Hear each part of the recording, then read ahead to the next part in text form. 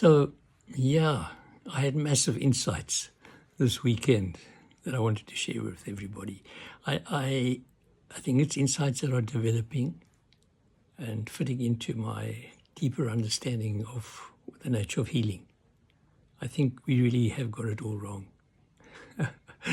And we need to review the stories that we carry around what healing is all about. So what actually happened was that I went to what's called a breath session with a whole bunch of people breathing very fast. And at the same time, there was very loud music playing. And I was lying on the ground on my back. The music was loud as anything. And I was supposed to breathe really fast, and the music was so loud. I could feel this energy of the music thumping into my body, and there was just no way I could relax comfortably and breathe fast. It felt so uncomfortable that eventually, after about 10 or 15 minutes of really trying to make my own sounds and try to whatever I could to stay present in the breathing session, which it was supposed to be, the music was much too loud for me to do that, and I got up and walked out. And there was a beautiful garden there, a very, very beautiful garden, and it was evening time, must have been about around 6:45. The colors of the sky was beautiful. The sounds in nature. I sat on this chair and could hear the bird sounds and the wind in the trees. And there was such a deep, deep relaxation. I thought to myself, I really didn't need to be in that room with that noise and having to breathe hard as well. It felt quite uncomfortable, actually. And then I realized something quite interesting. And that was that, first of all, that the noise was disturbing. I could feel it in my whole body. There was no way that I could stay in that room and continue to feel this energy pounding into my body. Didn't feel healthy at all. Sound of nature was different. It was quiet. There was something deep, some kind of depth to it, some kind of quality to it that I could wrap myself into. And I realized that sound, actually, that my ears don't hear. That's an interesting thing. Your ears don't actually hear. I mean, what the ears do is pick up an energy vibration. That's all they do. That drum starts to vibrate, and that vibration then sends off a stream of nerve impulses to the brain. And the brain then has meaning to that and calls that sound. So the brain is the one that actually makes meaning out of this energy of the ears. And the same with the eyes and all the senses. The senses don't do anything except pick up energy vibration. The eyes pick up photon vibration, the ears sound vibration, the tongue taste vibration. And all that is just vibration, energy moving into the body. So the senses are picking up energy from around and sending them off to the brain, and the brain makes meaning out of it. So the brain is the one that's really seeing, hearing, touching, feeling, etc. So the brain is the organ of coordinating and giving it a kind of meaning. Depending on the frequency, the eyes have a certain frequency, the ears pick up different frequencies, and so the sensory organs don't see, don't hear. They only, you could call them organs of energy uptake. And that was interesting to me to recognize that that's what they do, that the brain brings it into meaning. And then I was thinking also about the heart. I mean, the heart is not just a pump. We know that. Behind the heart is an energy field as well. It's called a chakra. And all the different organs in the body have energy fields behind them that coordinates the functional integrity of the physiology and anatomy. So behind the heart is a heart chakra or heart energy field. And that heart energy field, what does it resonate to? Now that's so interesting to me, because if you've got two tuning forks and you touch the one, the other one will start to vibrate. So what is the heart energy field connected to? What is it resonance is picking up?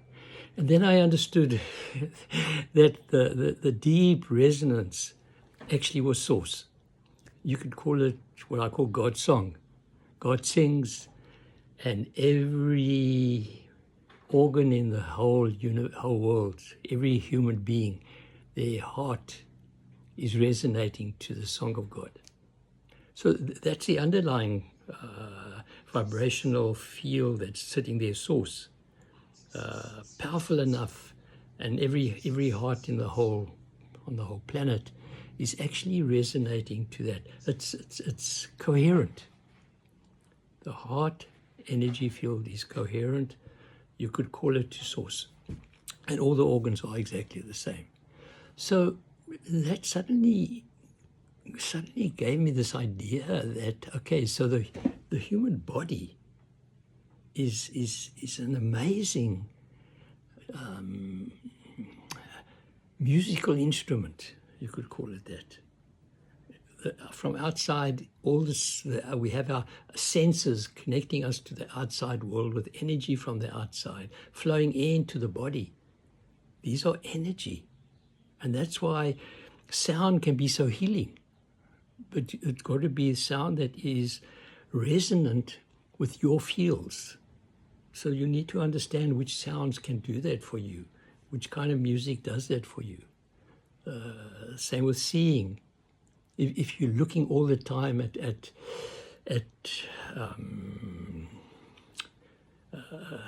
you're looking all the time at war and the way people are killing each other, that's energy that's passing right into your body. Well, if your body starts to create the same kind of turmoil, you must understand why. So be careful of what you look at, what you listen to, what you feel, because all that is energy that's passing into the body. It's not just entertainment. We're so lost in this world that we think of everything as entertainment. Well, it depends what you want from your life. If you want to understand the bigger picture that's going on here, understand what this body really is all about. This body is an instrument that is tuned, is coherent with the source. And the source is what I call great mystery. The source is God, the source is quantum potential, whatever names you want to call that source. Our bodies are like tuning forks resonating with that. But if the conductor becomes our contracted self, our ego self, narrow-minded, all it wants is experiences that are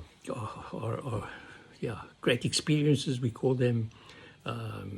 We have to be careful, because everything is vibrational, everything is energy. We live in a field, a world of energy, information, energy passing in through the sensory organs into our body, which can heal or cause a disruption in the coherence. We have all our organs are connected to source. And if we bring any contraction into that heart energy field, liver energy field, these are energy fields as well. So they're affected by the energies that we're allowing into our body and the energies that we stir up inside ourselves by our emotional beings. We can cause disruption in these energy fields. So healing is for me an interesting idea now. Healing is retuning the instrument to source.